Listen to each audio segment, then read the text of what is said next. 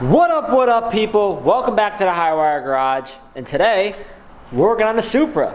Alright, so there's a bit of an update. I've done a couple things that I have done off camera on the Supra, and I actually didn't get any footage of it, but we ran into a couple issues. Obviously the brakes were still a problem, and that's what we're going to work on today, and that's all I'm going to cover. So let me take you around the car.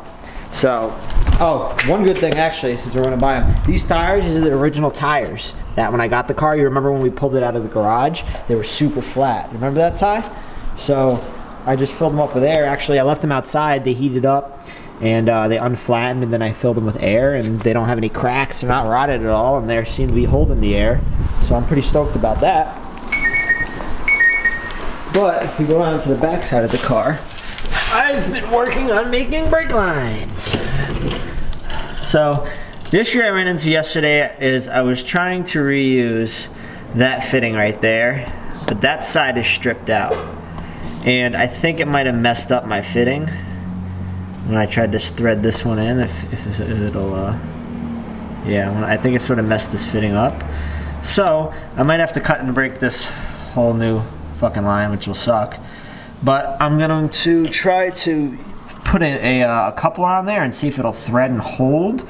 And hopefully it might clean the threads up, or like I said, I'm going to have to redo the line. But I do have a T. That's a proportionating valve from what I've been told. And I can't seem to find it at any AutoZone or parts store around me. So I have a 3/4. Dang, my phone is going off. I have a three-way T that I can hopefully put all these three. I'm gonna have to redo the right side, the passenger side brake line, but hopefully if this fitting isn't broken, that one I know is good. That side on the actual income, or what is it? Yeah, basically the income from the front of the car. The line, basically the line coming in from the front of the car is good. I've redone that partially up towards the front. As you can see the new line, I'm gonna have to cover that somehow. You know, maybe, I don't know, get some type of heat seal to put over it, or just something so it doesn't rust. And I actually might be replacing the rest of it the way up. But we'll try to get that T on here, and we'll replace the passenger side, and then we'll be good to go, hopefully with bleeding the brakes. Now the front brakes of the car are actually really well, or the front brakes on the car are actually fine as far as I can tell. Like the lines aren't rusted up front. I'm gonna wind up going through when I can actually get this thing on a lift, and because you're gonna have to take the rear subframe out just to be able to rerun some of these lines, like the fuel lines and everything. So I'm gonna wind up doing that at some point once I have the ability to get this and lift it up, and I'm not doing that here. Again, I want to get the car home. But hopefully this will make the rear brakes work, and the fronts, like I said, will work for now, and then we can hopefully get the car onto a trailer and home.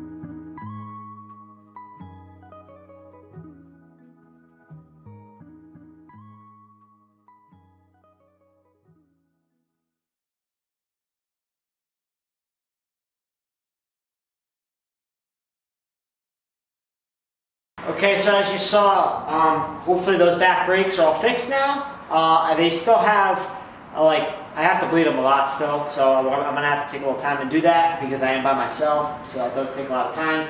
I'm just putting the stock tires back on, so like I said before, the stock tires are holding air and the treads are good. There's no dry rot or anything, so might as well put these back on now that they're unflattened because they were pretty flat when we were taking the car off. But we'll change this last tire out, and then I think I'm having a little bit of trouble again with the anti-theft. We might have to try to bypass that again, but hopefully we should be able to start the car after we bleed the brakes and bypass the anti-theft again, and we should be good to take her down the block real quick.